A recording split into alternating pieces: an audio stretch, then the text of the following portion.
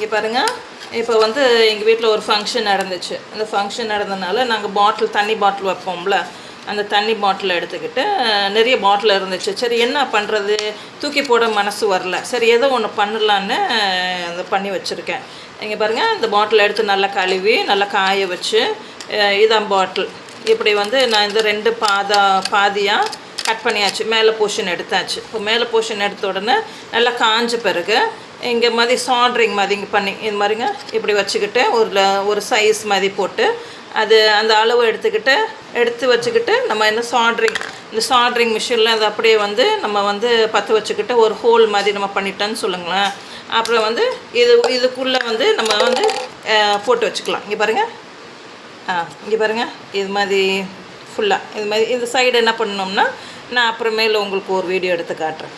பார்த்தீங்களா, இது மாதிரி பண்ணிக்கிட்டேன்னா இது ஒரு பூச்சட்டி மாதிரி வச்சுக்கலாம், ஒரு ஃப்ளவர் வாஸ் மாதிரி வச்சுக்கலாம், எது வேணால் தொங்க வச்சுக்கலாம், எது ஒன்றும் பண்ணிக்கலாம். நல்லா இருக்குல்ல? நான் இன்னும் ஃபினிஷ் பண்ணிக்கிட்டு உங்களுக்கு நான் சொல்கிறேன். Okay bye.